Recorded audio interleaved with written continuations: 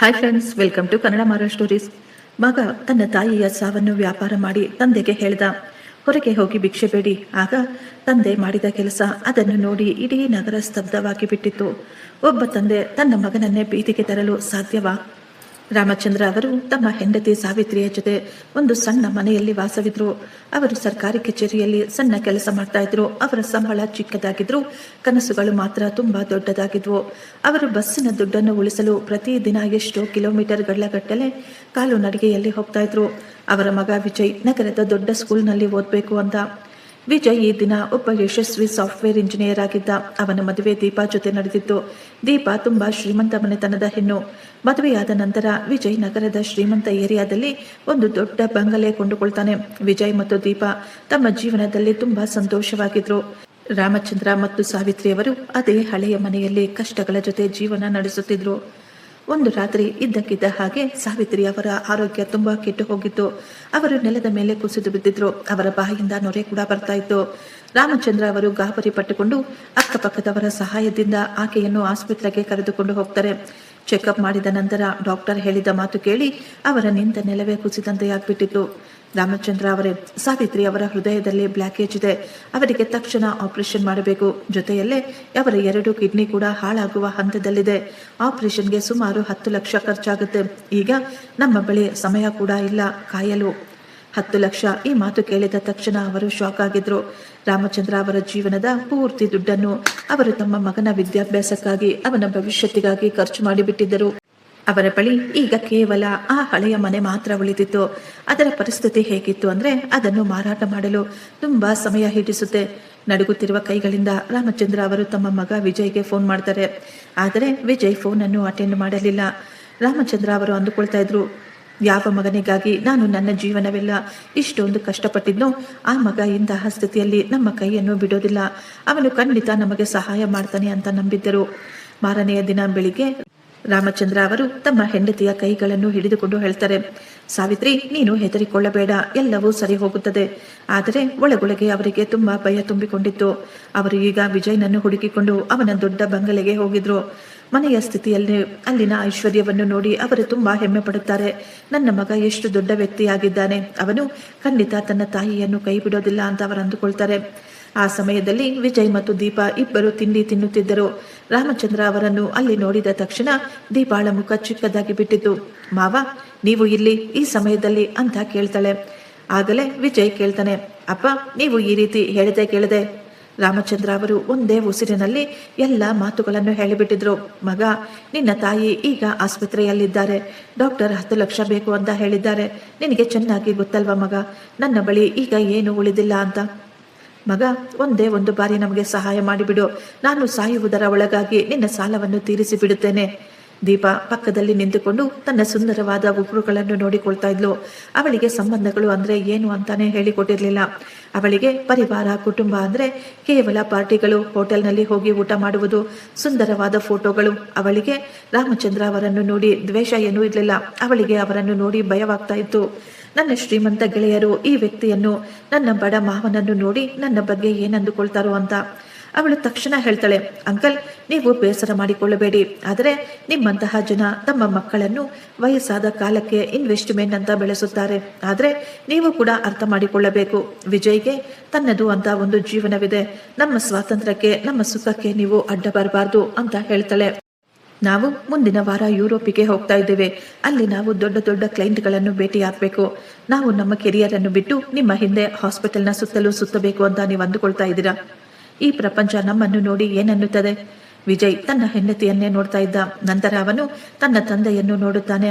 ಅವರ ಕಣ್ಣುಗಳಲ್ಲಿ ನಿಸ್ಸಹಾಯಕತೆ, ಕಣ್ಣೀರು ಕಾಣಿಸ್ತಾ ಇತ್ತು. ವಿಜಯ್ ತಲೆ ಬಗ್ಗಿಸಿಕೊಂಡು ತನ್ನ ದುಬಾರಿ ಗಡಿಯಾರವನ್ನು ನೋಡುತ್ತಾ ತನ್ನ ತಂದೆಗೆ ಹೇಳಿದ ಮಾತುಗಳು ಯಾವ ತಂದೆಗೂ ಸಾವಿಗಿಂತಲೂ ಕಡಿಮೆ ಏನೂ ಇರಲಿಲ್ಲ. ಅವನ ಮುಖದ ಮೇಲೆ ಯಾವುದೇ ಕೋಪವಿರಲಿಲ್ಲ. ಅವನಿಗೆ ಅವರ ಅಮ್ಮ ಅಂದರೂ ದ್ವೇಷ ಕೂಡ ಇರಲಿಲ್ಲ. ಆದರೆ ಆ ಶ್ರೀಮಂತ ಸಮಾಜ ಅವನಿಗೆ ಹೇಳಿಕೊಟ್ಟು ಬಿಟ್ಟಿತ್ತು, ಎಮೋಷನ್ಗಳು ಬಿಸ್ನೆಸ್ನಲ್ಲಿ ನಷ್ಟವನ್ನು ತರುತ್ತವೆ ಅಂತ. ಅವನು ಕಾಫಿಯನ್ನು ಕುಡಿಯುತ್ತಾ ತುಂಬಾ ಆರಾಮವಾಗಿ ಹೇಳ್ದ, ಅಪ್ಪ, ಜೀವನದ ಆದ್ಯತೆಗಳನ್ನು ಅರ್ಥ ಮಾಡಿಕೊಳ್ಳಿ. ನಾನು ನಿಮ್ಮ ಹಾಗೆ ಎಮೋಷನಲ್ ಆಗಿ ನನ್ನ ಜೀವನವನ್ನು ಹಾಳು ಮಾಡಿಕೊಳ್ಳಲು ತಯಾರಿಲ್ಲ. 10 ಲಕ್ಷ ಇದೇನು ಕಡಿಮೆ ಮೊತ್ತವಲ್ಲ. ಮೆಡಿಕಲ್ ಸೈನ್ಸ್ ಕೂಡ ಹೇಳುತ್ತೆ ಈ ವಯಸ್ಸಿನಲ್ಲಿ ಅವರು ಗುಣವಾಗುವುದು ತುಂಬಾ ಕಷ್ಟ ಅಂತ. ಇಂತಹ ಸ್ಥಿತಿಯಲ್ಲಿ ಇಷ್ಟು ದುಡ್ಡನ್ನು ಕೊಟ್ಟು ಆಪರೇಷನ್ ಮಾಡುವುದು ಯಾತಕ್ಕಾಗಿ? ಅಪ್ಪ, ನಿಮಗೆ ಗೊತ್ತಾ ಒಂದು ಆಪರೇಷನ್ನಲ್ಲಿ ಎಷ್ಟೊಂದು ರಿಸ್ಕ್ ಇರುತ್ತೆ ಅಂತ? ಇಷ್ಟಕ್ಕೂ ನಾವು ಈಗ ಮಿಡ್ಲ್ ಕ್ಲಾಸ್ ಜನ ಕೂಡ ಅಲ್ಲ. ನಾವು ಖರ್ಚು ಮಾಡುವ ಮೊದಲು ತುಂಬ ಯೋಚಿಸಿ ಖರ್ಚು ಮಾಡಬೇಕಾಗುತ್ತೆ. ನೀವು ಪ್ರಾಕ್ಟಿಕಲ್ ಆಗಿ ಯೋಚಿಸಿ. ವಿಜಯ್ಗೆ ಅನ್ನಿಸ್ತಾ ಇತ್ತು, ನಾನು ತುಂಬ ಬುದ್ಧಿವಂತನ ಹಾಗೆ ಮಾತನಾಡ್ತಾ ಇದ್ದೀನಿ ಅಂತ. ಆದರೆ ಅವನು ಊಹಿಸಲಿಲ್ಲ, ನಾನು ನನ್ನ ತಾಯಿಯ ಜೀವದ ಜೊತೆ ವ್ಯಾಪಾರ ಮಾಡ್ತಾ ಇದ್ದೀನಿ ಅಂತ. ಮಗನ ಮಾತುಗಳನ್ನು ಕೇಳಿ ರಾಮಚಂದ್ರ ಅವರ ಕಾಲ ಕೆಳಗಿಂದ ಭೂಮಿ ಕುಸಿದಂತೆ ಆಗ್ತಾ ಇತ್ತು. ಅವರು ಈಗ ತಮ್ಮ ಮಗನ ಕಣ್ಣುಗಳಲ್ಲೇ ನೋಡ್ತಾ ಇದ್ರು. ಅವರು ಎಷ್ಟೋ ಕಷ್ಟಪಟ್ಟು ಪ್ರೀತಿಯಿಂದ ಸಾಕಿ ಬೆಳೆಸಿದ್ದ ಮಗ ಅಲ್ಲಿ ಅವರಿಗೆ ಕಾಣಿಸ್ಲಿಲ್ಲ. ಈಗ ಮಗನ ಜಾಗದಲ್ಲಿ ಒಂದು ಕಲ್ಲಿನ ಮೂರ್ತಿ ನಿಂತುಕೊಂಡ ಹಾಗೆ ಇತ್ತು. ರಾಮಚಂದ್ರ ಅವರಿಗೆ ಮಗನ ಮೇಲೆ ಕೋಪ ಬರಲಿಲ್ಲ, ಬದಲಾಗಿ ಅವರ ಹೃದಯದಲ್ಲಿ ಅಪರಾಧ ಭಾವನೆ ತುಂಬಿತ್ತು. ವಿಜಯ್, ನಾನು ನಿನ್ನನ್ನು ಈ ಸ್ಥಾನಕ್ಕೆ ತರಲು ರಾತ್ರಿ ಹಗಲು ಎನ್ನದೆ ಎಷ್ಟೋ ಕಷ್ಟಪಟ್ಟೆ. ನಾನು ನಿನ್ನನ್ನು ಆಫೀಸರ್ ಮಾಡಬೇಕು ಅಂದುಕೊಂಡೆ, ಆದರೆ ನಿನ್ನನ್ನು ಮೊದಲು ಮನುಷ್ಯನನ್ನಾಗಿ ಮಾಡುವುದನ್ನೇ ಮರೆತು ಬಿಟ್ಟೆ. ನಾನು ನಿನಗೆ ದೊಡ್ಡ ದೊಡ್ಡ ಕನಸುಗಳು ಕಾಣುವುದು ಹೇಳ್ಕೊಟ್ಟೆ, ಆದರೆ ಆ ದೊಡ್ಡ ಕಟ್ಟಡಗಳಲ್ಲಿ ಕನಸುಗಳಲ್ಲಿ ಇರುವಂತಹ ಹೃದಯವನ್ನು ಮಾತ್ರ ನಿನಗೆ ಕೊಡಲು ಮರೆತು ಬಿಟ್ಟೆ ಮಗ. ಈ ದಿನ ನಿನ್ನ ಮೇಲೆ ನನಗೆ ಯಾವುದೇ ಬೇಸರ ಇಲ್ಲ. ನನ್ನ ಮೇಲೆ ನನಗೆ ಬೇಸರ ಅನ್ನಿಸ್ತಾ ಇದೆ. ನನ್ನ ಸಂಸ್ಕಾರದಲ್ಲಿ ಏನು ಕಡಿಮೆಯಾಗ್ಬಿಟ್ಟಿತ್ತು? ನೀನು ಸಂಬಂಧಗಳ ಜೊತೆ ವ್ಯಾಪಾರ ಮಾಡ್ತಾ ಇದೀಯಾ? ದುಡ್ಡಿನ ಮುಂದೆ ಎಲ್ಲವೂ ಚಿಕ್ಕದು ಅಂತ ಅಂದುಕೊಳ್ತಾ ಇದೀಯಾ? ಆಗ ದೀಪ ಎದ್ದು ಬಾಗಿಲು ತೆಗೆದು ಕಠೋರವಾಗಿ ಹೇಳ್ತಾಳೆ, ಬಾವಾ, ನಿಮಗೆ ನಿಜವಾಗಿಯೂ ಅಷ್ಟು ದುಡ್ಡು ಬೇಕಾಗಿದ್ರೆ ಯಾವುದಾದರೂ ದೇವಸ್ಥಾನದ ಹೊರಗೆ ಹೋಗಿ ಭಿಕ್ಷೆ ಬೇಡಿ. ಯಾರಾದರೂ ನಿಮ್ಮನ್ನು ನೋಡಿ ಕರುಣೆಯಿಂದ ದುಡ್ಡು ಕೊಡಬಹುದು, ಆದರೆ ನಮ್ಮಿಂದ ನೀವು ಯಾವುದೇ ನಿರೀಕ್ಷೆ ಇಟ್ಟುಕೊಳ್ಳಬೇಡಿ. ನೀವು ಇಲ್ಲಿ ಬಂದು ನಮ್ಮ ಮನೆಯ ನೆಮ್ಮದಿಯನ್ನು ಹಾಳು ಮಾಡಬೇಡಿ. ಹೆಂಡತಿಯ ಮಾತುಗಳನ್ನು ಕೇಳಿ ಅವನು ಮೌನವಾಗಿದ್ದ. ತನ್ನ ಹೆಂಡತಿ ತನ್ನ ತಂದೆಯನ್ನು ಮನೆಯಿಂದ ಓಡಿಸುವುದನ್ನು ಅವನು ನೋಡುತ್ತಾ ಹಾಗೆಯೇ ನಿಂತುಕೊಂಡಿದ್ದ. ಅವನ ಬಾಯಿಂದ ಒಂದೇ ಒಂದು ಮಾತು ಕೂಡ ಬರಲಿಲ್ಲ. ರಾಮಚಂದ್ರ ಅವರು ಆ ಬಂಗಲೆಯ ಹೊರಗೆ ಬಿಸಿಲಿನಲ್ಲಿ ನಿಂತುಕೊಂಡಿದ್ರು. ಅವಳ ಆ ಒಂದು ಮಾತು ಅವರ ಕಿವಿಯಲ್ಲಿ ಪದೇ ಪದೇ ಪ್ರತಿಧ್ವನಿಸುತ್ತಿತ್ತು. ಅವರು ಈಗ ತಮ್ಮ ಜೇಬನ್ನು ನೋಡಿಕೊಳ್ತಾರೆ. ಅಲ್ಲಿ ಔಷಧಿಗಳ ಒಂದು ಚೀಟಿ ಮತ್ತು ತನ್ನ ಹೆಂಡತಿಯ ಒಂದು ಹಳೆಯ ಫೋಟೋ ಇತ್ತು. ಅವರ ಕಣ್ಣುಗಳಲ್ಲಿ ನೀರಿರಲಿಲ್ಲ, ಆದರೆ ಅವರು ಆಕಾಶವನ್ನೇ ನೋಡ್ತಾ ಇದ್ರು. ಅವರ ಮನಸ್ಸಿನಲ್ಲಿ ಈಗ ಕೇವಲ ಕಠಿಣತೆ ತುಂಬಿಕೊಂಡಿತ್ತು. ಅವರು ಈಗ ಆ ಬಂಗಲೆಯನ್ನು ನೋಡ್ತಾರೆ. ಆ ಬಂಗಲೆಯನ್ನು ನಿರ್ಮಿಸಲು ಅವರು ತಮ್ಮ ರಕ್ತವನ್ನು ಹರಿಸಿದ್ದರು. ಅವರು ತಮ್ಮ ಮನಸ್ಸಿನಲ್ಲೇ ಅಂದುಕೊಳ್ತಾರೆ, ವಿಜಯ್, ನೀನು ನನಗೆ ಭಿಕ್ಷೆ ಬೇಡು ಅಂತ ಹೇಳ್ತೀಯಾ? ನೀನು ನಿನ್ನ ಹೆತ್ತ ಅಮ್ಮನನ್ನು ಸಾಯಲು ಬಿಟ್ಟು ಬಿಡಬೇಕು ಅಂತ ಹೇಳ್ತೀಯಾ? ನೀನು ನಿನ್ನ ಅಮ್ಮನ ಉಸಿರನ್ನು ವ್ಯಾಪಾರ ಮಾಡಿಬಿಟ್ಟೆ. ಆಯ್ತು ಮಗ, ಈಗ ಈ ತಂದೆ ಖಂಡಿತ ಭಿಕ್ಷೆ ಬೇಡುತ್ತಾನೆ, ಆದರೆ ದುಡ್ಡಿಗಾಗಿ ಅಲ್ಲ, ನಿನ್ನ ಅಹಂಕಾರ ಅಲಿಸಲು ಭಿಕ್ಷೆ ಬೇಡುತ್ತೇನೆ. ಅವರು ನಡುಗುತ್ತಿರುವ ಕೈಗಳಿಂದಲೇ ಬೆವರನ್ನು ಒರೆಸಿಕೊಂಡು ತುಂಬಾ ಕಷ್ಟದಿಂದ ಅಲ್ಲಿಂದ ಹೊರಟು ಹೋಗ್ತಾರೆ. ಯಾವ ಮಗನಿಗಾಗಿ ಅವರು ತಮ್ಮ ಸರ್ವಸ್ವವನ್ನು ತ್ಯಾಗ ಮಾಡಿದ್ರೋ ಅದೇ ಮಗ ಅವರನ್ನು ಬಿಕಾರಿ ಅಂತ ಹೇಳಿದ್ದ. ಅವರ ವಿಶ್ವಾಸವನ್ನು ಕೊಂದು ಹಾಕಿದ್ದ. ಆದರೆ ಈಗ ಅವರು ಸೋಲನ್ನು ಒಪ್ಪಿಕೊಳ್ಳಲಿಲ್ಲ. ಅವರು ಎಂತಹ ನಿರ್ಧಾರ ತೆಗೆದುಕೊಂಡು ಅಂದ್ರೆ ಅದು ಕೇವಲ ಸಾವಿತ್ರಿ ಅವರ ಜೀವವನ್ನು ಮಾತ್ರ ಉಳಿಸುತ್ತಿರಲಿಲ್ಲ. ವಿಜಯ್ ತನ್ನ ಕನಸಿನಲ್ಲಿಯೂ ಯೋಚಿಸಿದ ಪಾಠವನ್ನು ಅವನಿಗೆ ಹೇಳಿಕೊಡಬೇಕು ಅಂತ ನಿರ್ಧಾರ ಮಾಡಿದ್ರು. ಅವರ ತಲೆಯಲ್ಲಿ ಎಂತಹ ಯೋಜನೆ ಸಿದ್ಧವಾಗಿತ್ತು ಅಂದ್ರೆ ಅವನ ಕಾಲ ಕೆಳಗಿನ ಭೂಮಿಯನ್ನೇ ಕಸಿದು ಬಿಡುವಂತಹ ಆಲೋಚನೆ. ರಾಮಚಂದ್ರ ಅವರು ಈಗ ನೇರವಾಗಿ ಆಸ್ಪತ್ರೆಗೆ ಹೋಗಲಿಲ್ಲ. ಅವರಿಗೆ ಚೆನ್ನಾಗಿ ಗೊತ್ತು, ನಾನು ಬರಿ ಕೈಯಲ್ಲಿ ಆಸ್ಪತ್ರೆಗೆ ಹೋದ್ರೆ ನನ್ನ ಹೆಂಡತಿಯ ಜೀವ ಉಳಿಸಲು ಸಾಧ್ಯವಿಲ್ಲ ಅಂತ. ಅವರು ಈಗ ನೇರವಾಗಿ ತಮ್ಮ ವಕೀಲರ ಬಳಿ ಹೋಗ್ತಾರೆ. ಶಿವರಾಮ್ ಅವರು ರಾಮಚಂದ್ರ ಅವರ ಬಾಲ್ಯದ ಗೆಳೆಯರಾಗಿದ್ರು. ಶಿವರಾಮ್ ಅವರ ಪೂರ್ತಿ ಮಾತುಗಳನ್ನು ಕೇಳಿ ಕೋಪದಿಂದ ಕುದಿಯುತ್ತಿದ್ರು. ರಾಮಚಂದ್ರ, ಆ ನಾಲಾಯಕ್ ನಿನಗೆ ಭಿಕ್ಷೆ ಬೇಡು ಅಂತ ಹೇಳಿದ್ನ.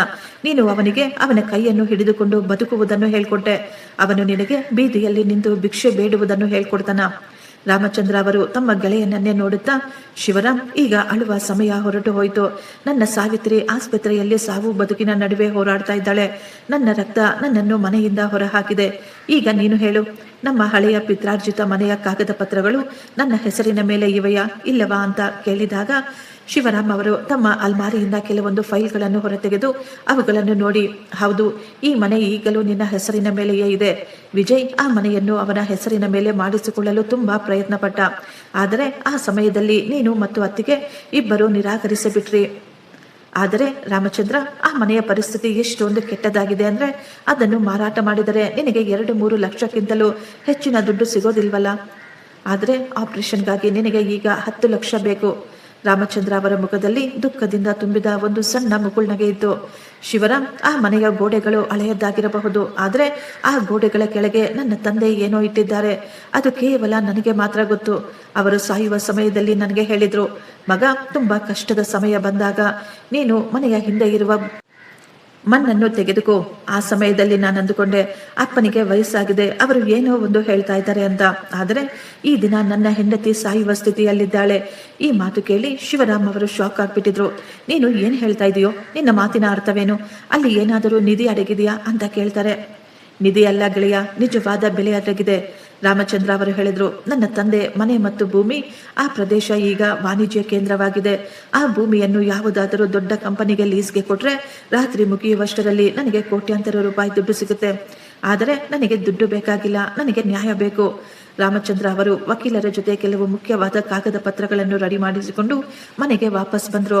ಅವರು ತಮ್ಮ ಅಲ್ಮಾರಿಯಿಂದ ತುಂಬಾ ಹಳೆಯದಾದ ಬಟ್ಟೆಗಳನ್ನು ಹೊರತೆಗಿತಾರೆ. ಅವರು ತಮ್ಮ ಮುಖದ ಮೇಲೆ ಹಚ್ಚಿಕೊಂಡು ಅದೇ ಜಾಗದಲ್ಲಿ ಹೋಗಿ ಕುಳಿತುಕೊಂಡಿದ್ರು. ಆ ಸ್ಥಳದಿಂದ ವಿಜಯ್ ಪ್ರತಿದಿನ ಓಡಾಡ್ತಾ ಇದ್ದ. ಅವರು ಆ ಸರ್ಕಲ್ನಲ್ಲಿ ಕುಳಿತುಕೊಂಡಾಗ ಅವರ ಕಣ್ಣುಗಳಿಂದ ಒಂದೇ ಒಂದು ತೊಟ್ಟು ಕಣ್ಣೀರು ಬರ್ತಾ ಇರಲಿಲ್ಲ. ಅವರು ಭಿಕ್ಷೆ ಬೇಡುವಾಗ ತಮ್ಮ ಮುಖವನ್ನು ಮರೆಮಾಚುತ್ತಿರಲಿಲ್ಲ. ಅವರು ಅಂದುಕೊಳ್ತಾ ಇದ್ರು, ವಿಜಯ್ ಅವರನ್ನು ಆ ರೀತಿ ನೋಡಬೇಕು ಅಂತ. ಇದು ಅವರ ಮೌನ ಹೋರಾಟವಾಗಿತ್ತು. ರಾಮಚಂದ್ರ ಅವರು ಈಗ ನಿಜವಾಗಿಯೂ ಭಿಕ್ಷೆ ಬೇಡ್ತಾ ಇದ್ರು. ಜನ ಅವರನ್ನು ಬೈತಾ ಇದ್ರು. ಕೆಲವರು ಅವರ ಮೇಲೆ ಚಿಲ್ಲರೆ ದುಡ್ಡು ಎಸೆಯುತ್ತಿದ್ರು. ಆದರೆ ರಾಮಚಂದ್ರ ಅವರ ಕಣ್ಣುಗಳು ಮಾತ್ರ ವಿಜಯ್ನ ಆಡಿ ಕಾರಿನ ಮೇಲೆ ನೆಟ್ಟಿದ್ವು. ಸಾಯಂಕಾಲ ವಿಜಯ್ ಆಫೀಸಿನಿಂದ ಬರಬೇಕಾದ್ರೆ ಆ ಸರ್ಕಲ್ನಲ್ಲಿ ಕುಳಿತಿದ್ದ ಆ ವಯಸ್ಸಾದ ಮುದುಕನನ್ನು ನೋಡ್ತಾರೆ. ಅವನ ಮೊದಲ ನೋಟದಲ್ಲಿಯೇ ತನ್ನ ತಂದೆಯನ್ನು ಗುರುತಿಸಿದ್ದ. ದೀಪಾ ಕೂಡ ಅವನ ಜೊತೆಯಲ್ಲಿಯೇ ಇದ್ಲು. ದೀಪಾ ತಕ್ಷಣ ಹೇಳ್ತಾಳೆ, ವಿಜಯ್, ನಿನ್ನ ತಂದೆ ನಿಜವಾಗಿಯೂ ಭಿಕ್ಷೆ ಬೇಡಲು ಬೀದಿಯಲ್ಲಿ ಕುಳಿತುಕೊಂಡಿದ್ದಾರೆ.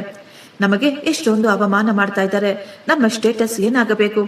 ವಿಜಯ್ ತಕ್ಷಣ ಗಾಡಿಯನ್ನು ನಿಲ್ಲಿಸಿ ಹೊರಗೆ ಬಂದು ಜೋರಾಗಿ ಕಿರುಚಿಕೊಳ್ತಾ ಇದ್ದ. ಅಪ್ಪ, ಇದೆಲ್ಲ ಏನು ನಾಟಕ ಮಾಡ್ತಾ ಇದ್ದೀರಾ? ತಕ್ಷಣ ಮನೆಗೆ ಹೋಗಿ, ಜನರೆಲ್ಲರೂ ನಮ್ಮನ್ನು ಅವಮಾನ ಮಾಡ್ತಾ ಇದ್ದಾರೆ. ಆದರೆ ರಾಮಚಂದ್ರ ಅವರು ತುಂಬಾ ಶಾಂತವಾಗಿ ತಮ್ಮ ಕೈಯಲ್ಲಿದ್ದ ಭಿಕ್ಷೆ ಪಾತ್ರೆಯನ್ನು ಅವನ ಕಡೆ ಚಾಚುತ್ತಾ, ಮಗ, ನೀನೇ ತಾನೇ ಹೇಳ್ದೆ ಭಿಕ್ಷೆ ಬೇಡು ಅಂತ. ನೋಡು, ನಿನ್ನ ಕಣ್ಣಾರೆ ಚೆನ್ನಾಗಿ ನೋಡು. ಈ ದಿನ ಒಬ್ಬ ತಂದೆ ತನ್ನ ಮಗನ ಹೆಸರಿನಲ್ಲಿ ಭಿಕ್ಷೆ ಬೇಡ್ತಾ ಇದ್ದಾರೆ. ನೀನು ನಿನ್ನ ಅಮ್ಮನನ್ನು ಸಾಯಲು ಬಿಟ್ಟುಬಿಟ್ಟೆ. ಈಗ ಈ ತಂದೆ ತನ್ನ ಗೌರವವನ್ನು ಹರಾಜು ಹಾಕ್ತಾ ಇದ್ದಾರೆ. ಈ ಮಾತು ಕೇಳಿ ವಿಜಯ್ ಕೋಪದಲ್ಲಿ ಕುದಿಯುತ್ತಿದ್ದ. ಅವನು ತಕ್ಷಣ ಹೇಳ್ತಾನೆ, ಇದರಿಂದ ನಿಮಗಷ್ಟೊಂದು ಸಂತೋಷವಾಗ್ತಾ ಇದ್ರೆ ನೀವು ಇಲ್ಲೇ ಸಾಯಿರಿ. ನಾಳೆಯಿಂದ ನಾನು ನಿಮ್ಮನ್ನು ಅಪ್ಪ ಎಂದು ಕರೆಯುವುದನ್ನು ಸಹ ಬಿಟ್ಟು ಬಿಡುತ್ತೇನೆ ಅಂತ ಹೇಳಿ ಅವನು ತನ್ನ ಗಾಡಿಯಲ್ಲಿ ಕುಳಿತುಕೊಂಡು ಜೋರಾಗಿ ಅಲ್ಲಿಂದ ಹೊರಟು ಹೋಗ್ತಾನೆ. ವಿಜಯ್ ಹೋದ ನಂತರ ರಾಮಚಂದ್ರ ಅವರು ಎದ್ದು ನಿಂತು ಅವರು ತಮ್ಮ ಮೈ ಮೇಲಿದ್ದ ಧೂಳನ್ನು ಕೊಡವಿಕೊಂಡು ತಮ್ಮ ಜೇಬಿನಲ್ಲಿದ್ದ ವಕೀಲರು ಕೊಟ್ಟಂತಹ ಪತ್ರಗಳನ್ನು ಹೊರತೆಗಿತಾರೆ. ಆಸ್ತಿ ಹರಾಜಿನ ಪತ್ರಗಳು. ಅವರು ತಕ್ಷಣ ವಕೀಲರಿಗೆ ಫೋನ್ ಮಾಡಿ, ಶಿವರಾಮ್, ಆಟವನ್ನು ಶುರು ಮಾಡು. ನಾಳೆ ಬೆಳಿಗ್ಗೆ ಅಷ್ಟೊತ್ತಿಗೆ ಇಡೀ ನಗರಕ್ಕೆ ಗೊತ್ತಾಗಬೇಕು ಯಾವ ಬಂಗಲೆಯಲ್ಲಿ ವಿಜಯ್ ಅಹಂಕಾರದಿಂದ ಮೆರೆಯುತ್ತಿದ್ದಾನೋ ಅದರ ನಿಜವಾದ ಮಾಲೀಕ ನಾನು ಅಂತ. ನಾನು ಆ ಬಂಗಲೆಯನ್ನು ಒಂದು ಅನಾಥಾಶ್ರಮಕ್ಕೆ ದಾನವಾಗಿ ಕೊಡ್ತಾ ಇದ್ದೇನೆ ಅಂತ ಎಲ್ಲರಿಗೂ ಗೊತ್ತಾಗಬೇಕು. ಆಸ್ಪತ್ರೆಯಲ್ಲಿ ಸಾವಿತ್ರಿ ಅವರ ಪರಿಸ್ಥಿತಿ ತುಂಬಾ ಚಿಂತಾಜನಕವಾಗಿತ್ತು.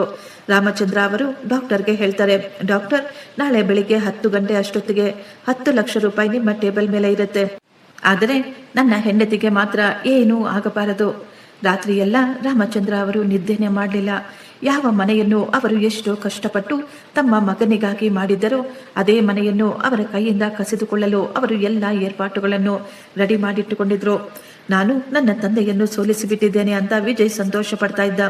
ಆದರೆ ಅವನಿಗೆ ಸ್ವಲ್ಪ ಕೂಡ ಊಹೆ ಇರಲಿಲ್ಲ ನಾಳೆ ಬೆಳಿಗ್ಗೆ ಬರುವಂತಹ ಆ ಸುದ್ದಿ ಅವನ ಜೀವನವನ್ನು ತಲೆಕೆಳಗಾಗಿ ಮಾಡಿಬಿಡುತ್ತೆ ಅಂತ. ಮಾರನೆಯ ದಿನ ಬೆಳಿಗ್ಗೆ ವಿಜಯ್ ಮನೆಯಲ್ಲಿ ಎಲ್ಲವೂ ನಾರ್ಮಲ್ ಆಗಿತ್ತು. ಅವರು ಗಂಡ ಹೆಂಡತಿ ಇಬ್ಬರು ಡೈನಿಂಗ್ ಟೇಬಲ್ ಮೇಲೆ ಕುಳಿತು ಯುರೋಪ್ ಟ್ರಿಪ್ಪಿನ ಬಗ್ಗೆ ಮಾತುಕತೆ ನಡೆಸುತ್ತಿದ್ದರು. ದೀಪಾ ಹೊಸ ಡೈಮಂಡ್ ಸೆಟ್ಟಿನ ಕ್ಯಾಟ್ಲಾಗ್ ಅನ್ನು ನೋಡುತ್ತಾ ಅದನ್ನು ಕೊಂಡುಕೊಳ್ಳಲು ಪ್ಲಾನ್ ಮಾಡಿಕೊಳ್ತಾ ಇದ್ಲು. ವಿಜಯ್ ತನ್ನ ಫೋನಿನಲ್ಲಿ ಶೇರ್ ಮಾರ್ಕೆಟ್ನ ಬಗ್ಗೆ ನೋಡುತ್ತಿದ್ದ. ಅವರಿಗೆ ನಿನ್ನೆ ನಡೆದ ಘಟನೆಗಳ ಬಗ್ಗೆ ಯಾವ ಚಿಂತೆಯೂ ಇರಲಿಲ್ಲ. ಅವನು ತನ್ನ ಕಣ್ಣಾರೆ ತನ್ನ ತಂದೆ ಬೀದಿಯಲ್ಲಿ ಕುಳಿತು ಭಿಕ್ಷೆ ಬೇಡುವುದನ್ನು ನೋಡಿಯೂ ಅವನಿಗೆ ಏನೂ ಅನ್ನಿಸುತ್ತಿರಲಿಲ್ಲ. ಆಗಲೇ ಇದ್ದಕ್ಕಿದ್ದ ಹಾಗೆ ಹೊರಗೆ ಸೈರನ್ ಸೌಂಡು ಮತ್ತು ತುಂಬಾ ಜನಗಳ ಓಡಾಟ ಕೇಳಿಸ್ತಾ ಇತ್ತು. ವಿಜಯ್ ಗಾಬರಿಯಾಗಿ ಬಾಗಿಲನ್ನು ಓಪನ್ ಮಾಡ್ತಾನೆ. ಬಾಗಿಲಿನ ಮುಂದೆ ವಕೀಲರು, ಪೊಲೀಸರು ಮತ್ತು ಕೆಲವೊಬ್ಬರು ಸರ್ಕಾರಿ ಆಫೀಸರ್ಗಳು ಕೂಡ ನಿಂತುಕೊಂಡಿದ್ರು. Vijay, good morning. ರಾತ್ರಿ ತುಂಬಾ ಚೆನ್ನಾಗಿ ನಿದ್ದೆ ಬಂತ ನಿಂಗೆ? ವಕೀಲರ ಮಾತಿನಲ್ಲಿ, ಅವರ ನಗುವಿನಲ್ಲಿ ರಹಸ್ಯ ಅಡಗಿತ್ತು. ವಿಜಯ್ ಅವರೆಲ್ಲರನ್ನೂ ಅಲ್ಲಿ ನೋಡಿ ಶಾಕ್ ಆಗಿದ್ದ. ಅಂಕಲ್, ನೀವು ಇಲ್ಲಿ ಈ ಸಮಯದಲ್ಲಿ? ನಿಮ್ಮ ಜೊತೆ ಪೊಲೀಸರು ಯಾಕೆ ಅಂತ ಕೇಳ್ತಾನೆ. ಶಿವರಾಮ್ ಅವರು ತಮ್ಮ ಕೈಯಲ್ಲಿದ್ದ ಫೈಲನ್ನು ತೋರಿಸುತ್ತಾ ಒಳಗೆ ಬಂದು, ನಾವು ಇಲ್ಲಿ ಕಾನೂನು ಆದೇಶವನ್ನು ಪಾಲಿಸಲು ಬಂದಿದ್ದೇವೆ. ರಾಮಚಂದ್ರ ಅವರು ಅಂದ್ರೆ ಈ ಮನೆಯ ಏಕೈಕ ಮಾಲೀಕರು ಈ ಸಂಪತ್ತನ್ನು ವಾಪಸ್ ತೆಗೆದುಕೊಂಡು ಮುಟ್ಟುಗೋಲು ಹಾಕಿಕೊಳ್ಳಲು ಆದೇಶ ಹೊರಡಿಸಿದ್ದಾರೆ. ಈ ಮಾತು ಕೇಳಿದ ತಕ್ಷಣ ದೀಪಾ ಹಿಂದಿನಿಂದ ಜೋರಾಗಿ ಕಿರಿಚಿಕೊಳ್ಳಲು ಶುರು ಮಾಡ್ತಾಳೆ. ನೀವು ನೀವು ಇದೇನು ಹುಚ್ಚರ ರೀತಿ ಮಾತನಾಡ್ತಾ ಇದ್ದೀರಾ? ಈ ಬಂಗಲೆ ವಿಜಯ್ ಹೆಸರಿನ ಮೇಲಿದೆ. ನಾವು ಈ ಬಂಗಲೆ ಮೇಲೆ ಕೋಟ್ಯಾಂತರ ರೂಪಾಯಿ ಲೋನ್ ಅನ್ನು ತೆಗೆದುಕೊಂಡಿದ್ದೇವೆ. ವಕೀಲರು ತುಂಬಾ ಶಾಂತವಾಗಿ ಕೆಲವೊಂದು ಕಾಗದ ಪತ್ರಗಳನ್ನು ವಿಜಯ್ ಕಡೆ ತೋರಿಸುತ್ತಾ, ಅದೇ ತುಂಬಾ ದೊಡ್ಡ ಸಮಸ್ಯೆ ದೀಪಾ ಮೇಡಮ್. ಯಾವ ಆಸ್ತಿಯನ್ನು ಅಡ ಇಟ್ಟು ಈ ಬಂಗಲೆಯನ್ನು ಕೊಂಡುಕೊಂಡಿದ್ದೀರೋ ಆ ಮನೆಯ ಕಾಗದ ಪತ್ರಗಳು ಯಾವತ್ತೂ ವಿಜಯ್ ಹೆಸರಿನ ಮೇಲೆ ಇರಲೇ ಇಲ್ಲ. ವಿಜಯ್ ತನ್ನ ತಂದೆಯ ಡೂಪ್ಲಿಕೇಟ್ ಸೈನ್ ಅನ್ನು ಮಾಡಿ ಬ್ಯಾಂಕಿನವರನ್ನು ಮೋಸ ಮಾಡಿದ್ದಾನೆ. ನಿನ್ನೆ ರಾತ್ರಿಯೇ ರಾಮಚಂದ್ರ ಅವರು ಬ್ಯಾಂಕಿನಲ್ಲಿ ಕಂಪ್ಲೇಂಟ್ ಅನ್ನು ರೈಸ್ ಮಾಡಿದ್ದಾರೆ. ನಕಲಿ ಕಾಗದ ಪತ್ರಗಳ ಸಾಕ್ಷಿಗಳನ್ನು ಸಹ ಕೊಟ್ಟು ಬಿಟ್ಟಿದ್ದಾರೆ. ಈ ಮಾತು ಕೇಳಿದ ತಕ್ಷಣ ವಿಜಯ್ನ ಮುಖ ಬೆಳ್ಳಗೆ ಬಿಳಿಚಿಕೊಂಡಿತ್ತು. ಅವನು ಗಾಬರಿಯಿಂದ ಹಾಗೆಯೇ ನಿಂತುಕೊಂಡು ನೋಡ್ತಾ ಇದ್ದ. ವಿಜಯ್ ಕೆಲವು ವರ್ಷಗಳ ಮೊದಲು ತನ್ನ ತಂದೆಯ ಸೈನನ್ನು ತಾನೇ ಖುದ್ದಾಗಿ ಮಾಡಿ ಮೋಸದಿಂದ ಆ ಸ್ಥಳವನ್ನು ಬ್ಯಾಂಕಿನಲ್ಲಿ ಅಡ ಇಟ್ಟಿದ್ದ. ಅವನಂದುಕೊಂಡಿದ್ದ, ನನ್ನ ವಯಸ್ಸಾದ ತಂದೆ ಯಾವತ್ತೂ ಇದರ ವಿರುದ್ಧ ಏನೂ ಮಾತನಾಡೋದಿಲ್ಲ, ಅವರು ಕೋರ್ಟಿಗೆ ಕೂಡ ಹೋಗೋದಿಲ್ಲ ಅಂತ. ವಕೀಲರು ಹೇಳ್ತಾರೆ, ಬ್ಯಾಂಕಿನವರು ನಿಮ್ಮ ಸಾಲವನ್ನು ಡಿಫಾಲ್ಟ್ ಎಂದು ಘೋಷಿಸಿದ್ದಾರೆ ಮತ್ತು ಈ ಬಂಗಲೆಯನ್ನು ಸೀಲ್ ಮಾಡಲು ನೋಟಿಸ್ ಅನ್ನು ಜಾರಿ ಮಾಡಿದ್ದಾರೆ. ಪೊಲೀಸ್ ಅವರು ಕಟ್ಟುನಿಟ್ಟಾಗಿ ಹೇಳಿದ್ರು, ನಿಮ್ಮ ಬಳಿ ನಿಮ್ಮ ವೈಯಕ್ತಿಕ ಸಾಮಾನುಗಳನ್ನು ಪ್ಯಾಕ್ ಮಾಡಿಕೊಳ್ಳಲು ಕೇವಲ 2 ಗಂಟೆ ಮಾತ್ರ ಸಮಯವಿದೆ. ಈ ಮಾತು ಕೇಳಿ ವಿಜಯ್ ಶಾಕ್ನಿಂದ, ನನ್ನ ತಂದೆ ಆ ರೀತಿ ಮಾಡಲು ಸಾಧ್ಯವೇ ಇಲ್ಲ, ಅವರು ಎಲ್ಲಿದ್ದಾರೆ, ಬೇಗ ಹೇಳಿ ಅವರು ಎಲ್ಲಿದ್ದಾರೆ ಅಂತ ನಾನು ಅವರ ಜೊತೆ ಮಾತನಾಡುತ್ತೇನೆ. ಆಗ ಶಿವಾನಂದ್ ಅವರು ಹೇಳ್ತಾರೆ, ವಿಜಯ್ ಅವರು ಈಗ ಆಸ್ಪತ್ರೆಯಲ್ಲಿದ್ದಾರೆ. ರಾಮಚಂದ್ರ ಅವರು ನಿನಗಾಗಿ ಒಂದು ಸಂದೇಶ ಬಿಟ್ಟು ಹೋಗಿದ್ದಾರೆ. ಅವರು ಹೇಳಿದ್ದಾರೆ, ನೀನು ಅವರನ್ನು ಭಿಕ್ಷೆ ಬೇಡು ಅಂತ ಸಲಹೆ ಕೊಟ್ಟಿದ್ಯಂತಲ್ಲ, ಆದ್ದರಿಂದ ಅವರು ಭಿಕ್ಷೆಯನ್ನೇ ಬೇಡಿದ್ರು. ಯಾರ ಜೊತೆ ಗೊತ್ತಾ? ನಗರದ ಅತಿ ದೊಡ್ಡ ಕೈಗಾರಿಕೋದ್ಯಮಿ ಅವರ ಬಳಿ ಭಿಕ್ಷೆ ಬೇಡಿದ್ರು. ಅವರು ಹಣಕ್ಕಾಗಿ ಅಲ್ಲ, ತನ್ನ ಹೆಂಡತಿಗೆ ನ್ಯಾಯಕ್ಕಾಗಿ ಭಿಕ್ಷೆ ಬೇಡಿದರು. ಅವರು ತಮ್ಮ ಜಾಗವನ್ನು ಆ ಕಂಪನಿಗೆ ಲೀಸ್ಗೆ ಕೊಟ್ಟು ಕಂಪನಿಯಿಂದ ಬಂದ ಮೊದಲ ಕಂತಿನಲ್ಲಿ ಸಾವಿತ್ರಿ ಅವರ ಆಪರೇಷನ್ ಶುರುವಾಗಿದೆ. ಈ ಮಾತು ಕೇಳಿದ ತಕ್ಷಣ ದೀಪಾ ಕೋಪದಿಂದ ವಿಜಯ್ನ ಕೈಯನ್ನು ಜಾಡಿಸಿ ಬಿಡುತ್ತಾಳೆ. ವಿಜಯ್, ಇದೆಲ್ಲ ಏನು ನಡೀತಾ ಇದೆ?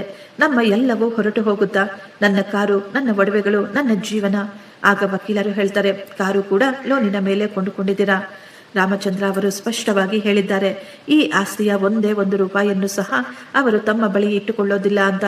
ಈ ಬಂಗಲೆ ಹರಾಜಿನಿಂದ ಏನು ದುಡ್ಡು ಬರುತ್ತೋ ಅದೆಲ್ಲವೂ ಸಾವಿತ್ರಿ ಫೌಂಡೇಶನ್ಗೆ ಹೋಗುತ್ತದೆ. ವಯಸ್ಸಾದ ಬಡವರ ಚಿಕಿತ್ಸೆಗಾಗಿ ಅದನ್ನು ಬಳಸಿಕೊಳ್ಳಲಾಗುತ್ತೆ. ಕೇವಲ 2 ಗಂಟೆಯ ಒಳಗೆ ವಿಜಯ್ ಮತ್ತು ದೀಪಾಳ ಸಾಮಾನುಗಳೆಲ್ಲವೂ ಆ ಬಂಗಲೆಯ ಹೊರಗೆ ಬಿದ್ದಿದ್ದವು. ಅದೇ ಬೀದಿ ನಿನ್ನೆ ರಾಮಚಂದ್ರ ಅವರು ಕುಳಿತುಕೊಂಡಿದ್ರು. ಈ ದಿನ ಅದೇ ಜಾಗದಲ್ಲಿ ವಿಜಯ್ ಅವರ ಸಾಮಾನುಗಳು ಬಿದ್ದಿದ್ದವು. ಅಕ್ಕಪಕ್ಕದವರೆಲ್ಲರೂ ಇದೆಲ್ಲವನ್ನು ನೋಡಿ ಗುಸುಗುಸು ಅಂತ ಮಾತನಾಡ್ತಾ ಇದ್ರು. ಯಾವ ಶ್ರೀಮಂತ ಗೆಳೆಯರನ್ನು ನೋಡಿ ಅವಳು ಕೊಚ್ಚಿಕೊಳ್ತಾ ಇದೆಯೋ ಆ ಗೆಳೆಯರು ಯಾರೂ ಕೂಡ ಅವಳ ಫೋನನ್ನು ಸಹ ಅಟೆಂಡ್ ಮಾಡಲಿಲ್ಲ. ವಿಜಯ್ ತನ್ನ ದುಬಾರಿ ಕಾರಿನ ಬೀಗಗಳನ್ನು ತನ್ನ ಕೈಯಲ್ಲಿ ಹಿಡಿದುಕೊಂಡು ನಿಂತುಕೊಂಡಿದ್ದ. ಆದರೆ ಅವನಿಗೆ ಚೆನ್ನಾಗಿ ಗೊತ್ತು, ಕೆಲವೇ ಗಂಟೆಗಳಲ್ಲಿ ಬ್ಯಾಂಕಿನವರು ಬಂದು ಅದನ್ನು ಸಹ ಕಸಿದುಕೊಂಡು ಹೋಗ್ತಾರೆ ಅಂತ. ಮೊಟ್ಟ ಮೊದಲ ಬಾರಿ ಆ ಭಿಕ್ಷೆಯ ರುಚಿ ಅವನು ಕೂಡ ನೋಡಬೇಕಾಗಿತ್ತು. ಬಂಗಲೆಯ ಹೊರಗೆ ಅವನ ಸಾಮಾನುಗಳು ಬಿದ್ದಿದ್ವು. ವಿಜಯ್ ಆ ಧೂಳಿನಲ್ಲಿ ಕುಳಿತುಕೊಂಡು ತಲೆ ಮೇಲೆ ಕೈಯನ್ನು ಹೊತ್ತು ಕಣ್ಣೀರು ಹಾಕ್ತಾ ಇದ್ದ. ದೀಪಾ ತನ್ನ ಕೊನೆಯ ಬ್ಯಾಗ್ ಅನ್ನು ಜೋಡಿಸಿಕೊಳ್ಳುತ್ತಿದ್ದಳು. ವಿಜಯ್ ಅವಳ ಕೈಯನ್ನು ಹಿಡಿದುಕೊಂಡು, ದೀಪಾ ಪ್ಲೀಸ್, ನಾವು ಮತ್ತೆ ಮೊದಲಿನಿಂದ ಶುರು ಮಾಡೋಣ. ನಾನು ಯಾವುದಾದರೂ ಸಣ್ಣ ಪುಟ್ಟ ಕೆಲಸವನ್ನು ಹುಡುಕಿಕೊಳ್ತೀನಿ ಅಂತ ಹೇಳಿದಾಗ ದೀಪಾ ತಕ್ಷಣ ಅವನ ಕೈಗಳನ್ನು ದೂರ ತಳ್ಳಿಬಿಡ್ತಾಳೆ. ಅವಳ ಕಣ್ಣುಗಳಲ್ಲಿ ಯಾವುದೇ ದುಃಖವಿರಲಿಲ್ಲ. ಅವಳ ಕಣ್ಣುಗಳಲ್ಲಿ ಈಗ ಕೇವಲ ದ್ವೇಷ ಮತ್ತು ಅಸಹ್ಯ ತುಂಬಿಕೊಂಡಿತ್ತು. ಅವಳು ತನ್ನ ಕೂದಲನ್ನು ಸರಿ ಮಾಡಿಕೊಳ್ಳುತ್ತಾ ತಿರಸ್ಕಾರದಿಂದ ಹೇಳಿದ್ದು, ಏನು ಹೊಸದಾಗಿ ಶುರು ಮಾಡಬೇಕಾ? ಒಬ್ಬ ಭಿಕ್ಷುಕನ ಮಗನ ಜೊತೆ? ವಿಜಯ್, ಬಹುಶಃ ನೀನು ಮರೆತಿರಬಹುದು, ನಾನು ನಿನ್ನನ್ನು ಯಾವತ್ತೂ ಪ್ರೀತಿ ಮಾಡಲಿಲ್ಲ. ನಿನ್ನ ಈ ಜೀವನವನ್ನು ನೋಡಿ, ನಿನ್ನ ದುಡ್ಡನ್ನು ನೋಡಿ ನಾನು ನಿನ್ನನ್ನು ಮದುವೆ ಮಾಡಿಕೊಂಡೆ. ಈ ಬಂಗ್ಲೆ, ಈ ಕಾರು, ಈ ಐಶ್ವರ್ಯ, ಈ ಸ್ಟೇಟಸ್ ಅನ್ನು ನೀನು ನನಗೆ ಮತ್ತೆ ಕೊಡಲು ಆಗಲಿಲ್ಲ ಅಂದ್ರೆ ನೀನು ನನ್ನ ಪಾಲಿಗೆ ಏನೂ ಅಲ್ಲವೇ ಅಲ್ಲ. ಇನ್ನು ಸಣ್ಣ ಪುಟ್ಟ ಯಾವುದಾದರೂ ಕೆಲಸ ಅಂತ ಹೇಳ್ತೀಯ? ನಾನು ಒಬ್ಬ ಬಿಕಾರಿಯ ಜೊತೆ ಫುಟ್ಪಾತ್ನಲ್ಲಿ ಜೀವನ ಕೆಳೆಯಲು ನನಗೆ ನನ್ನ ಅಪ್ಪ ಅಮ್ಮ ಜನ್ಮ ಕೊಟ್ಟಿಲ್ಲ. ಈ ನಾಟಕವನ್ನು ಎಲ್ಲಾದರೂ ಹೋಗಿ ಬೇರೆಯವರ ಮುಂದೆ ತೋರಿಸು. ದೀಪಾ ತಕ್ಷಣ ತನ್ನ ಸಾಮಾನುಗಳನ್ನು ತೆಗೆದುಕೊಂಡು ಟ್ಯಾಕ್ಸಿ ಬುಕ್ ಮಾಡಿಕೊಂಡು, ವಿಜಯ್, ನಾನು ನನ್ನ ಅಪ್ಪನ ಬಳಿ ಹೋಗ್ತಾ ಇದ್ದೇನೆ. ನಿನ್ನ ಬಳಿ ಏನಾದರೂ ಉಳಿದರೆ ಆಗ ನೀನು ನನಗೆ ಫೋನ್ ಮಾಡು. ನಾನು ಒಬ್ಬ ಭಿಕ್ಷುಕನ ಜೊತೆ ಇರಲು ಸಾಧ್ಯವಿಲ್ಲ ಅಂತ ಹೇಳಿ ಅವಳು ಟ್ಯಾಕ್ಸಿಯ ಬಾಗಿಲನ್ನು ಜೋರಾಗಿ ಮುಚ್ಚಿಬಿಟ್ಲು. ಅದರ ಶಬ್ದ ಹೇಗಿತ್ತೆಂದರೆ ವಿಜಯ್ನ ಹೃದಯದ ಮೇಲೆ ಯಾರೋ ಚಾಟಿಯಿಂದ ಹೊಡೆದ ಹಾಗೆ ಇತ್ತು. ಅವನಿಗೆ ಮೊಟ್ಟ ಮೊದಲ ಬಾರಿ ಅನ್ನಿಸ್ತಾ ಇತ್ತು, ಈ ಗಾಜಿನ ಹೊಳಪಿಗಾಗಿ ನಾನು ನನ್ನ ಬಂಗಾರದಂತ ತಂದೆ ತಾಯಿಯನ್ನು ಬಿಟ್ಟುಬಿಟ್ಟೆ ಅಂತ. ಅವನು ಕಲ್ಲಿನ ಹಾಗೆಯೇ ನಿಂತುಕೊಂಡಿದ್ದ. ಯಾವ ಹೆಂಡತಿಗಾಗಿ ಅವನು ತನ್ನ ತಾಯಿಯನ್ನು ಸಾಯಲು ಬಿಟ್ಟು ಬಿಟ್ಟಿದ್ನೋ ಅವಳು ಅವನನ್ನು ಒಂದೇ ಕ್ಷಣದಲ್ಲಿ ಬಿಟ್ಟು ಹೊರಟು ಹೋಗ್ತಾ ಇದ್ಲು. ಐಸಿಯು ಹೊರಗೆ ರಾಮಚಂದ್ರ ಅವರು ಒಂಟಿಯಾಗಿ ಕುಳಿತುಕೊಂಡಿದ್ರು. ಅವರ ಮುಖದ ಮೇಲೆ ಚಿಂತೆ ಕಾಣಿಸ್ತಾ ಇತ್ತು. ಆದರೆ ಅವರು ಸೋಲಲಿಲ್ಲ. ತಮ್ಮ ಹೆಂಡತಿಯ ಸ್ಥಿತಿಯನ್ನು ನೋಡಿ ಅವರಿಗೆ ಈಗ ಕೆಲವು ಹಳೆಯ ನೆನಪುಗಳು ನೆನಪಿಗೆ ಬಂದಿದ್ವು. ಆ ಸಮಯದಲ್ಲಿ ವಿಜಯ್ ಕೇವಲ 5 ವರ್ಷದವನಾಗಿದ್ದ. ಆ ದಿನ ಅವನ ಮೊದಲ ಬಾರಿ ಸ್ಕೂಲಿಗೆ ಹೋಗಬೇಕಾಗಿತ್ತು. ಆದರೆ ರಾಮಚಂದ್ರ ಅವರ ಅರ್ಧ ಸಂಬಳ ಔಷಧಿಗಳಿಗಾಗಿ ಖರ್ಚಾಗಿ ಬಿಟ್ಟಿತ್ತು. ವಿಜಯ್ ಹೊಸ ಬ್ಯಾಗಿಗಾಗಿ ಅಳ್ತಾ ಇದ್ದ. ಮಗನ ಕಣ್ಣೀರನ್ನು ನೋಡಿ ಸಾವಿತ್ರಿ ದೇವಿಯವರು ತಮ್ಮ ಬಳಿಯಿದ್ದ ಸುಂದರವಾದ ಸೀರೆಯನ್ನು ತೆಗೆದುಕೊಂಡು ಒಂದೇ ಒಂದು ಕ್ಷಣ ಕೂಡ ಯೋಚಿಸದೆ ಆ ಸೀರೆಯನ್ನು ಕತ್ತರಿಸಿ ಬಿಟ್ಟಿದ್ರು. ಸಾವಿತ್ರಿ ದೇವಿಯವರು ಆ ದಿನ ತಮ್ಮ ಕೈಯಾರೆ ತಮ್ಮ ಮಗನಿಗಾಗಿ ಒಂದು ಹೊಸ ಬ್ಯಾಗ್ ಅನ್ನು ರೆಡಿ ಮಾಡಿಕೊಟ್ಟಿದ್ರು. ತಮ್ಮ ಎಷ್ಟೋ ಸುಂದರವಾದ ಪ್ರಿಯವಾದ ಸೀರೆಯನ್ನು ತ್ಯಾಗ ಮಾಡಿ ಅವರು ತಮ್ಮ ಮಗನ ಕನಸಿಗಾಗಿ ಅವನ ಜೀವನಕ್ಕಾಗಿ ಆಕೆ ತನ್ನ ಹೆಗಲನ್ನು ಕೊಟ್ಟಿದ್ದಳು. ಈ ದಿನ ಅದೇ ವಿಜಯ್ ತನ್ನ ತಾಯಿಯ ಜೀವಕ್ಕಾಗಿ ದುಡ್ಡನ್ನು ಕೊಡಲು ಅಷ್ಟೊಂದು ಬಾರಿ ಯೋಚಿಸಿದ್ದ. ಡಾಕ್ಟರ್ ಬಂದು ಕರೆದಾಗ ರಾಮಚಂದ್ರ ಅವರು ವಾಸ್ತವಕ್ಕೆ ಬಂದಿದ್ರು. ಡಾಕ್ಟರ್ ಹೊರಗೆ ಬಂದು ರಾಮಚಂದ್ರ ಅವರೇ, ಆಪರೇಷನ್ ಯಶಸ್ವಿಯಾಗಿದೆ, ಸಾವಿತ್ರಿ ಅವರು ಪ್ರಾಣಾಪಾಯದಿಂದ ಪಾರಾಗಿದ್ದಾರೆ ಅಂತ ಹೇಳಿದ್ರು. ಇದು ಯಾವುದೇ ಚಮತ್ಕಾರಕ್ಕಿಂತಲೂ ಕಡಿಮೆ ಏನೂ ಆಗಿರಲಿಲ್ಲ. ರಾಮಚಂದ್ರ ಅವರ ಕಣ್ಣುಗಳಿಂದ ಕಣ್ಣೀರು ಬರ್ತಾ ಇತ್ತು. ಆದರೆ ಇದು ಯಾವುದೇ ದುಃಖದ ನೋವಿನ ಕಣ್ಣೀರಾಗಿರಲಿಲ್ಲ. ಅವರು ಗೆದ್ದಂತಹ ಸಂತೋಷದಿಂದ ಅವರ ಕಣ್ಣುಗಳಿಂದ ನೀರು ಬರ್ತಾ ಇತ್ತು. ಅದೇ ಸಮಯದಲ್ಲಿ ಆಸ್ಪತ್ರೆಯ ಗೇಟಿನಿಂದ ನಡೆಯಲಾಗದ ಸ್ಥಿತಿಯಲ್ಲಿ ಒಬ್ಬ ಯುವಕ ಒಳಗೆ ಬರ್ತಾ ಇದ್ದ. ಅವನ ಕೂದಲೆಲ್ಲ ಚೆದುರಿ ಧೂಳು ತುಂಬಿತ್ತು. ಶರ್ಟಿನ ಬಟನುಗಳು ಸಹ ಓಪನ್ ಆಗಿದ್ವು. ಅವನ ಮುಖದ ಮೇಲೆ ಎಷ್ಟೊಂದು ಚಿಂತೆ ಕಾಣಿಸ್ತಾ ಇತ್ತು. ಅವನು ಬೇರೆ ಯಾರೂ ಅಲ್ಲ, ವಿಜಯ್ ಆಗಿದ್ದ. ನಿನ್ನೆ ಕೋಟ್ಯಾಧಿಪತಿ ದೊಡ್ಡ ಕಂಪನಿಯ ಮ್ಯಾನೇಜರ್ ಆಗಿದ್ದ ವಿಜಯ್ ಈ ದಿನ ಭಿಕ್ಷುಕನ ರೀತಿ ಕಾಣಿಸ್ತಾ ಇದ್ದ. ದೀಪಾ ಅವನನ್ನು ಮಧ್ಯ ದಾರಿಯಲ್ಲಿ ಬಿಟ್ಟು ಬಿಟ್ಟಿದ್ಲು. ಬ್ಯಾಂಕಿನವರು ಅವನ ಫೋನು, ಅವನ ಮನೆ, ಕಾರು ಎಲ್ಲವನ್ನೂ ಕಸಿದುಕೊಂಡಿದ್ರು. ಈ ಸಮಯದಲ್ಲಿ ಅವನಿಗೆ ತನ್ನ ತಾಯಿಯ ಬಳಿ ಹೋಗುವುದಕ್ಕಿಂತ ಬೇರೆ ಯಾವುದೇ ದಾರಿ ಇರಲಿಲ್ಲ. ವಿಜಯ್ ಐಸಿಯು ಬಳಿ ಬಂದಾಗ ರಾಮಚಂದ್ರ ಅವರು ತಮ್ಮ ಚೇರಿನಿಂದ ಎದ್ದು ನಿಂತುಕೊಂಡಿದ್ರು. ಅವರ ಕಣ್ಣುಗಳಲ್ಲಿ ಈಗ ಯಾವುದೇ ಮಮತೆ ಇರಲಿಲ್ಲ. ಅವರ ಕಣ್ಣುಗಳಲ್ಲಿ ಈಗ ಕೇವಲ ಕಠಿಣತೆ ತುಂಬಿಕೊಂಡಿತ್ತು. ವಿಜಯ್ ಅಳುತ್ತಾ ಅಪ್ಪ ಎಂದು ಅವರ ಕಾಲಿಗೆ ಬೀಳಲು ಪ್ರಯತ್ನ ಪಟ್ಟ. ಆದರೆ ರಾಮಚಂದ್ರ ಅವರು ತಮ್ಮ ಕಾಲುಗಳನ್ನು ಹಿಂದೆ ತೆಗೆದುಕೊಳ್ತಾರೆ. ಹಿಂದೆ ಸರಿ, ಈ ಪವಿತ್ರವಾದ ಸ್ಥಳವನ್ನು ನೀನು ನಿನ್ನ ಅಶುದ್ಧವಾದ ಕೈಗಳಿಂದ ಕೊಳಕು ಮಾಡಬೇಡ. ಅಪ್ಪ, ದಯವಿಟ್ಟು ನನ್ನನ್ನು ಕ್ಷಮಿಸಿಬಿಡಿ. ನನ್ನಿಂದ ತುಂಬಾ ದೊಡ್ಡ ತಪ್ಪು ನಡೆದು ಹೋಯಿತು. ದೀಪಾ ಕೂಡ ನನ್ನನ್ನು ಬಿಟ್ಟು ಹೊರಟು ಹೋದ್ಲು. ನನ್ನ ಮನೆ, ನನ್ನ ಎಲ್ಲವೂ ನನ್ನಿಂದ ಕಸಿದುಕೊಂಡ್ರು. ಈಗ ನಾನು ಬೀದಿಯಲ್ಲಿ ಬರೀ ಕೈಯಲ್ಲಿ ನಿಂತುಕೊಂಡಿದ್ದೇನೆ. ದಯವಿಟ್ಟು ಅಮ್ಮನನ್ನು ಭೇಟಿಯಾಗಲು ಒಂದೇ ಒಂದು ಅವಕಾಶ ಕೊಡಿ. ಒಂದೇ ಒಂದು ಬಾರಿ ನಾನು ಅಮ್ಮನನ್ನು ನೋಡಬೇಕು ಅಂತ ಜೋರಾಗಿ ಅಳ್ತಾ ಇದ್ದ. ಆದರೆ ರಾಮಚಂದ್ರ ಅವರ ಆ ಧ್ವನಿ ಕೇಳಿ ಆ ವಾರ್ಡಿನಲ್ಲಿದ್ದ ಎಲ್ಲರೂ ಒಂದು ಬಾರಿ ಅವರ ಕಡೆ ತಿರುಗಿ ನೋಡಿದ್ರು.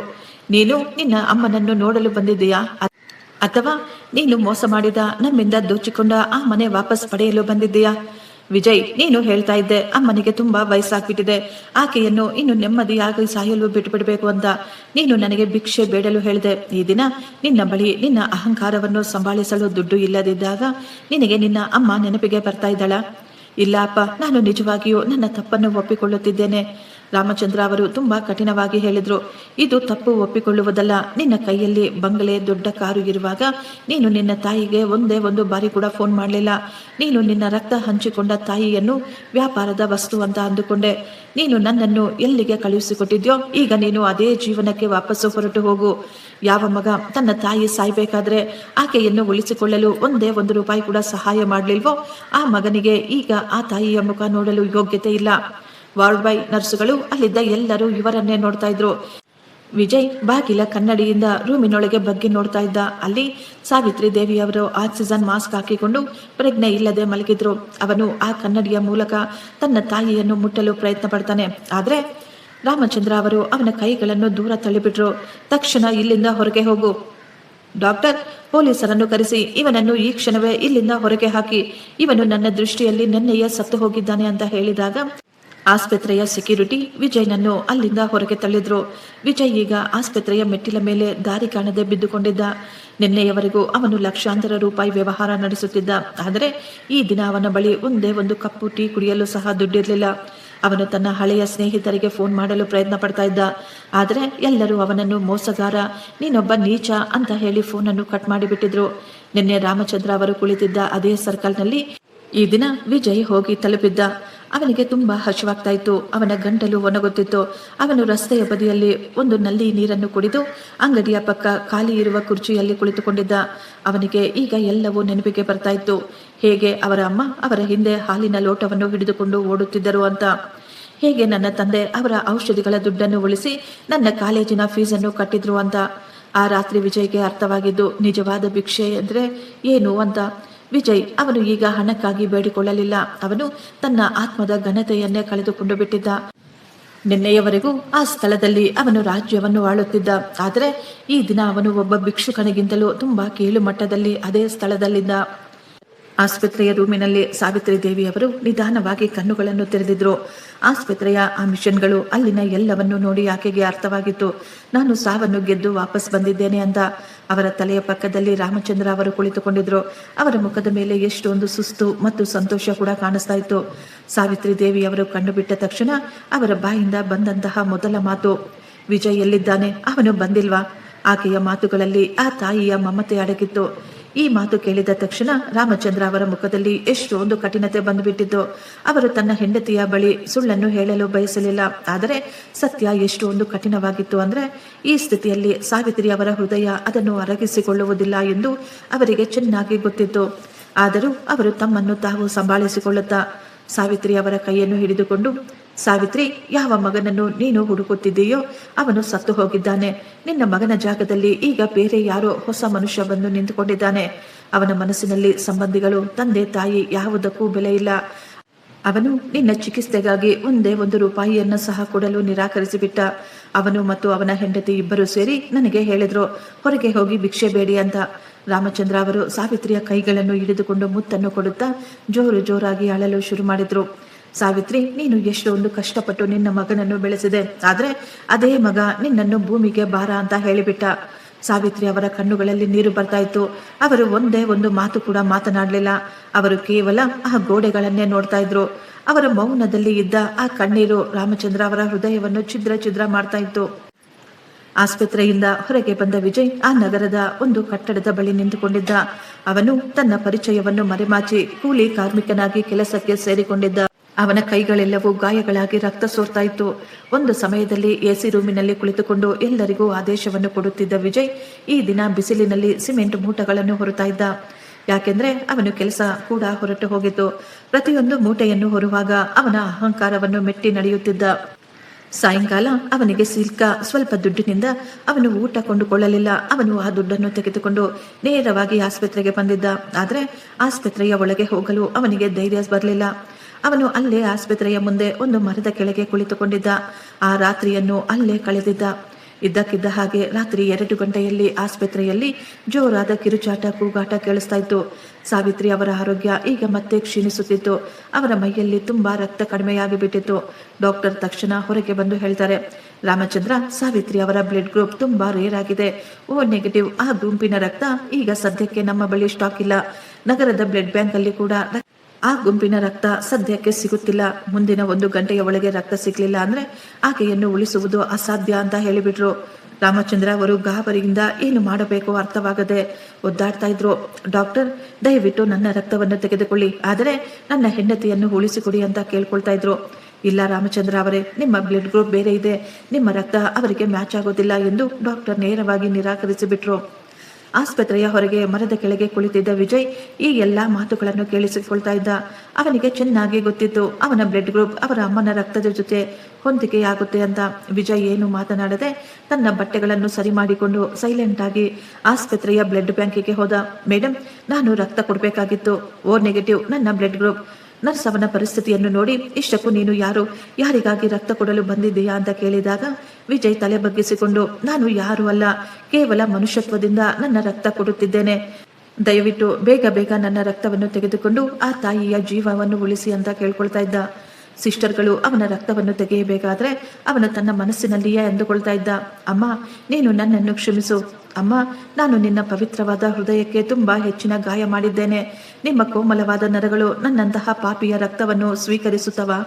ನನ್ನಂತಹ ನೀಚನ ರಕ್ತ ನಿಮ್ಮ ಶರೀರದಲ್ಲಿ ಹೋಗಿ ವಿಷವಾಗಿ ಮಾರ್ಪಾಡಾಗುವುದಿಲ್ಲ ತಾನೆ? ಅವನ ಒಳಗೆ ಈಗ ಭಯ ಆವರಿಸಿತ್ತು. ಯಾವ ತಾಯಿಯನ್ನು ನಾನು ಜೀವಂತವಾಗಿ ಇರಬೇಕಾದ್ರೇನೆ ಸತ್ತು ಹೋಗ್ಲಿ ಅಂತ ಬಯಸಿದ್ನೋ, ಈ ದಿನ ಅದೇ ತಾಯಿ ನನ್ನ ರಕ್ತವನ್ನು ಸ್ವೀಕರಿಸದೆ ಹಿಂದೇಟು ಹಾಕಿದ್ರೆ ಹೇಗೆ ಅಂತ. ಸಿಸ್ಟರ್ ಅವನ ಪರಿಸ್ಥಿತಿಯನ್ನು ನೋಡಿ, ನೀನು ಎಷ್ಟೊಂದು ನಡುಗುತ್ತಿದ್ದೀಯಾ? ಇಷ್ಟಕ್ಕೂ ಬೆಳಿಗ್ಗೆಯಿಂದ ಏನಾದರೂ ತಿಂದಿದ್ದೀರಾ ಇಲ್ವಾ? ನಿಮ್ಮ BP ಸತತವಾಗಿ ಡೌನ್ ಆಗ್ತಾ ಇದೆ ಎಂದು ಅವನಿಗೆ ಕುಡಿಯಲು ಜ್ಯೂಸನ್ನು ಕೊಡ್ತಾರೆ. ರಕ್ತ ಕೊಟ್ಟ ನಂತರ ಅವನು ಸುಸ್ತಾಗಿ ಅಲ್ಲೇ ಕುಳಿತಿದ್ದ. ವಿಜಯ್ ಈಗ ಯಶಸ್ವಿ ಇಂಜಿನಿಯರ್ ಆಗಿರಲಿಲ್ಲ, ಮಾಲೀಕನಾಗಿರಲಿಲ್ಲ. ಅವನು ತನ್ನ ಬೇರುಗಳಿಗಾಗಿ ಹಂಬಲಿಸುವ ಒಬ್ಬ ಭಿಕ್ಷುಕನಾಗಿದ್ದ. ಮೊಟ್ಟ ಮೊದಲ ಬಾರಿ ತನ್ನ ಆತ್ಮದ ಅತ್ಯಂತ ಅಮೂಲ್ಯ ನಿಧಿಯನ್ನು ಅವನು ದಾನ ಮಾಡಿದ್ದ. ಅವನು ಸಿಸ್ಟರ್ ಮುಂದೆ ಕೈ ಜೋಡಿಸಿ, ದಯವಿಟ್ಟು ಒಳಗೆ ನನ್ನ ತಂದೆಗೆ ನೀವು ಹೇಳಬೇಡಿ, ಈ ರಕ್ತ ನಾನು ಕೊಟ್ಟಿದ್ದೀನಿ ಅಂತ. ಅವರು ನನ್ನನ್ನು ದ್ವೇಷ ಮಾಡುತ್ತಾರೆ. ದಯವಿಟ್ಟು ಏನು ಹೇಳದೆ ಕೇವಲ ನನ್ನ ಅಮ್ಮನನ್ನು ಮಾತ್ರ ಕಾಪಾಡಿ ಅಂತ ಹೇಳ್ತಾನೆ. ಸಾವಿತ್ರಿ ಅವರಿಗೆ ರಕ್ತವನ್ನು ಹಾಕಿದಾಗ ಅವರ ಶರೀರದಲ್ಲಿ ಮತ್ತೆ ಹೊಸ ಜೀವ ಬಂದಂತಾಗಿತ್ತು. ರಾಮಚಂದ್ರ ಅವರು ಹೊರಗೆ ಬಂದು ಡಾಕ್ಟರ್ಗೆ ಧನ್ಯವಾದ ಹೇಳ್ತಾ ಇದ್ರು. ಡಾಕ್ಟರ್, ನಮ್ಮ ಪಾಲಿನ ಆ ದೇವರು ಯಾರು? ಅವರು ಇಂತಹ ಸಮಯದಲ್ಲಿ ಬಂದು ನನ್ನ ಹೆಂಡತಿಯನ್ನು ಕಾಪಾಡಿದ್ರು. ಅವರ ರಕ್ತವನ್ನು ನಮಗೆ ದಾನ ಮಾಡಿದ್ದು ಯಾರು ಅಂತ ಹೇಳಿ. ನಾನು ಅವರ ಕಾಲನ್ನು ಹಿಡಿದುಕೊಂಡು ಅವರಿಗೆ ಧನ್ಯವಾದ ಹೇಳಬೇಕು. ಆದರೆ ಡಾಕ್ಟರ್ ಮುಗುಳ್ನಗುತ್ತಾ ಹೇಳ್ತಾರೆ, ನಮಗೆ ಗೊತ್ತಿಲ್ಲ ಅವರು ಯಾರು ಅಂತ. ಅವರು ಯಾರೋ ಕೂಲಿ ಕಾರ್ಮಿಕನ ರೀತಿ ಕಾಣಿಸುತ್ತಿದ್ದ. ಅವನು ತನ್ನ ಹೆಸರನ್ನು ಕೂಡ ಎಲ್ಲೂ ಬರೆಸಲಿಲ್ಲ. ಅವನ ಪರಿಸ್ಥಿತಿ ಕೆಟ್ಟದಾಗಿದ್ರು ರಕ್ತ ಕೊಟ್ಟು ಆ ವ್ಯಕ್ತಿ ಸೈಲೆಂಟ್ ಆಗಿ ಇಲ್ಲಿಂದ ಹೊರಟು ಹೋದ. ಈ ಮಾತು ಕೇಳಿದ ತಕ್ಷಣ ರಾಮಚಂದ್ರ ಅವರು ಶಾಕ್ ಆಗಿದ್ರು. ಅವರು ಕಿಟಕಿಯಿಂದ ಹೊರಗೆ ನೋಡಿದಾಗ ಸ್ವಲ್ಪ ದೂರದಲ್ಲಿ ಒಂದು ನೆರಳು ನಡೆದುಕೊಂಡು ಆಸ್ಪತ್ರೆಯಿಂದ ಹೊರಗೆ ಹೋಗ್ತಾ ಇತ್ತು. ಅದೇ ನಡೆ, ಅದೇ ನೆರಳು. ರಾಮಚಂದ್ರ ಅವರ ಹೃದಯ ಒಂದು ಕ್ಷಣ ನಿಂತಂತೆ ಆಗಿಬಿಟ್ಟಿತ್ತು.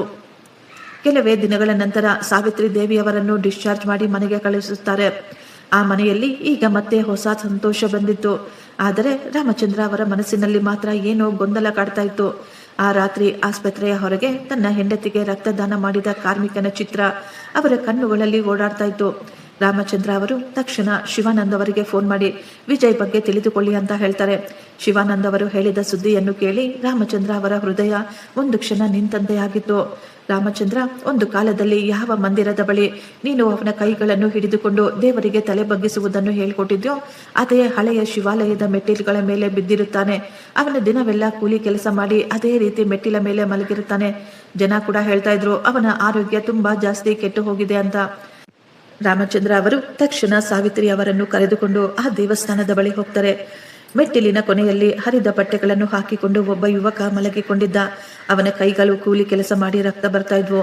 ಅವನು ತೀವ್ರವಾದ ಜ್ವರದಲ್ಲಿ ಮಲಗಿದ್ರು ಏನನ್ನೋ ಬಡಬಡಾಯಿಸ್ತಾ ಇದ್ದ. ಅಮ್ಮ, ನನ್ನನ್ನು ಕ್ಷಮಿಸಿಬಿಡು. ಅಪ್ಪ, ನಿಮಗೆ ನೋವು ಕೊಟ್ಟಿದ್ದಕ್ಕೆ ನಾನು ಈಗ ಭಿಕ್ಷುಕನಾಗಿ ಬಿಟ್ಟಿದ್ದೇನೆ.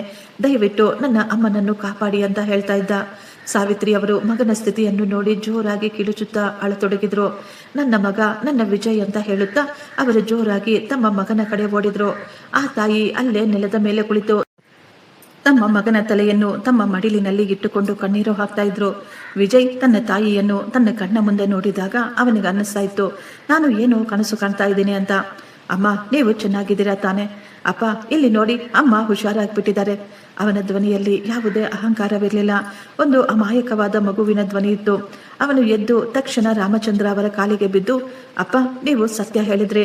ನಾನು ನಿಜವಾಗಿಯೂ ಭಿಕ್ಷುಕನಾಗಿ ಬಿಟ್ಟಿದ್ದೆ. ನನ್ನ ಬಳಿ ಸಂಬಂಧಗಳ ಯಾವುದೇ ಸಂಪತ್ತು ಇರಲಿಲ್ಲ.